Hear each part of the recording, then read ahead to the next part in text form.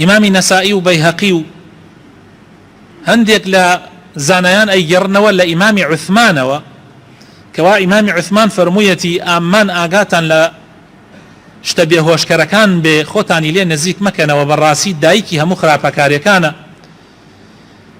ئەمجا باسی کابرایەک ئەگێڕێتەوە لە پێش ئیسلام، کابرا لێ بڕاوە بۆ عیبادەتکردن و پەرستش، زەلامێک لێ بڕابوو کە خواپەرستی بکە، بەڵام ئافرەتێک تەماحی ئەم کابرایی کردبوو، زۆر بە دەوریا ئەهات و ئەڕۆیشت فایدەی نەبوو. ڕۆژێکیان پیلانێکی بۆ دانا، پیلانەکەیش بریتی بوو لەوەی کە جاریەکەی خۆی دارد بۆ لای و وتی گەورەکەم داوات لێ ئەکا بێی شایەتیمان بۆ بدەی لەسەر بابەتێک، لەسەر قەزیەیەک. ئەویش لەبەر ئەوەی شایەتیدان یەکێکە لە واجباتی ئیماندار هات، کاتی هات لە هەر دەرگایەک و ئەهاتە ژوورە دەرگاکەیان کلی لەدا تا گەشتە لای ئافرەتەکە بینی ئەو ئافرەتەیە. پێی وت من لە زۆر هەوڵت لەگەڵ ئادەمەکو ئەزانی، ئێستا یان حەیات ئەبەم یان یەکێ لەم سێشتە هەڵە بژێری، یا لەگەڵما داوێن پیسیەکەی، یان ئەو مناڵە کە زۆڵە و مناڵێکی بێ باوکە ئەیکوژی، یان وەکو لەو عارەقە ئەخۆیتەوە.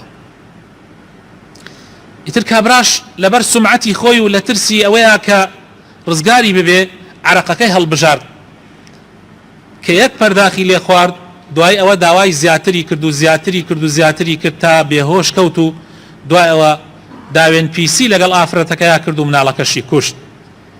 هەر لەبەرەوە ئیمامی عوثمان ئەفەرمێ ڕزای خوای لێبێ، ئەفەرمێ فاجتنبوا الخمر فإنها والله لا يجتمع الإيمان وإدمان الخمر إلا ليوشك أن يخرج أحدهما صاحبه. أفرمي دور بقرن لما دبي هوشكركان براسي قط إيمان إدمان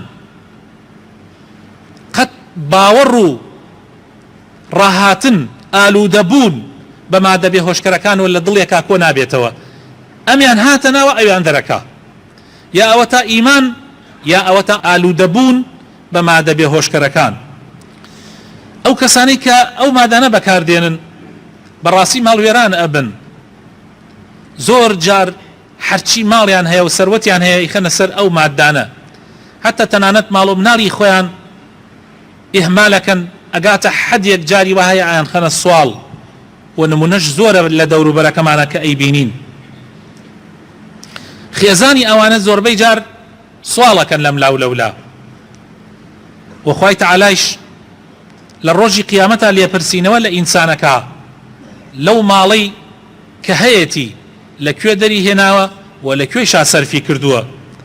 جا زۆر کێشەیەکی گەورەیە کە لە ڕۆژی قیامەتە تۆ بڵێ من ماڵەکەم لە عەرەقا بەکارهێناوە، لە عەرەقە خواردنا سەرف کردووە. مادە بێهۆشکەرەکان لەلایەنی سەحی و تەندروستیشەوە زیانێکی زۆر گەورەیان هەیە.